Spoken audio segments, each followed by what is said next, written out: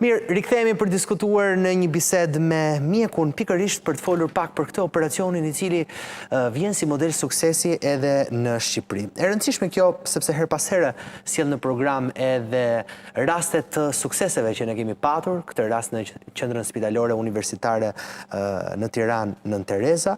E rëndësishme për ta diskutuar pak me shefin e kirurgjisë Ervin Dibra, mirë se vjen doktor. Nësi që të kam, por për të ndalur pak në këtë ndërhyrje të rrallë të një pacienti i cili ishte me obezitet. Pra, për shkak të obezitetit, të kalojmë mosha e pacientit mos gaboj ishte 62 vjeçare.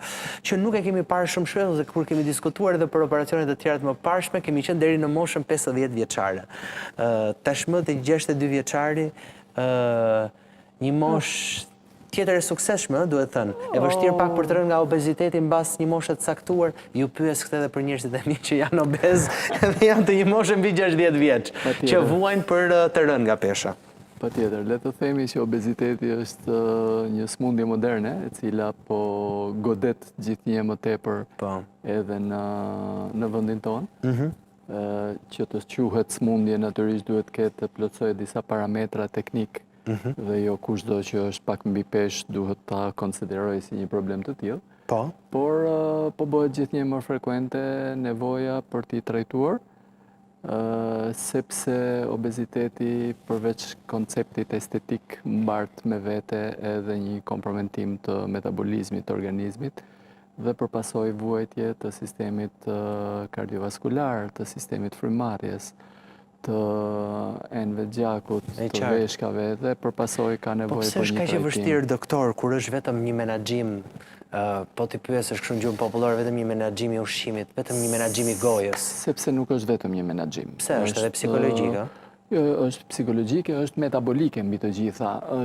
Pëson organizmi gradualisht disa çrregullime hormonale, disa çrregullime të përftimit të materialeve ushqyese nga aparati tretës, të cilat bëhen shpesh të padominueshme thjesht me kontrollin e hyrjeve, me kontrollin e gojës. Dhe përpasoj është zhvilluar tashmë një shkencë e tërë, si mjekësore ashtu edhe kirurgjikale, për të tentuar të ndihmojmë këto të smur në mënyrë që të reduktojmë peshën dhe të reduktojmë mundësinë e këtyre komplikacioneve metabolike në organizmin e tyre.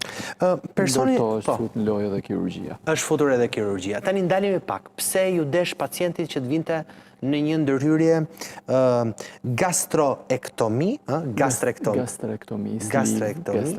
po, laparoskopike? Leximet jam mirë nga këto termat latin. Po, problem.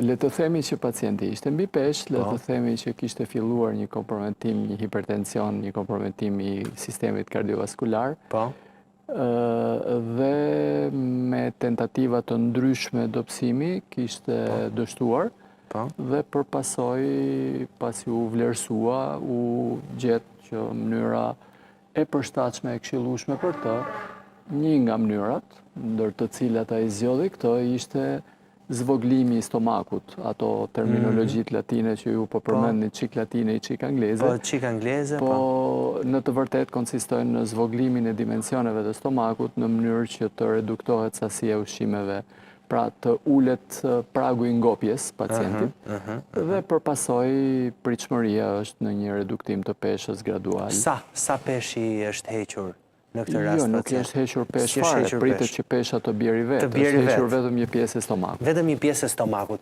Pse është një model suksesi si operacion ky në Shqipëri? Ne kemi dëgjuar kështu rëndom, ndoshta këtë komentin e kam hequr stomakut, kam prerë stomakut, e kemi dëgjuar edhe më parë, po pse le të themi që në një farë mënyrë suksesi është që nuk ishte bërë ndonjëherë në spitalet publike dhe të realizuarit në spital publik, të realizuarit nëpërmjet metodës mini-invazive, pra pa e hapur barkun e pacientit në përjashtim të pak vërimave të vogla në barkun e tij, është një element suksesi, siç ndodh këto kohët e fundit në një numër të ndryshëm ndërhyrjesh. Ne kemi 7-8 vjet që përpiqemi të aplikojmë gjithnjë më mirë laparoskopinë e avancuar dhe përpasoj të ndërhyjmë në organe të ndryshme pa pas nevojë që t'i bëjmë hapje të mëdha pacientëve dhe duke i dhënë mundësinë që komplikacionet postoperatore të jenë më të pakta, rekuperimi i pacientit të jetë më i shpejtë dhe të kemi një kirurgji të suksesshme. Qëllimi jonë është që të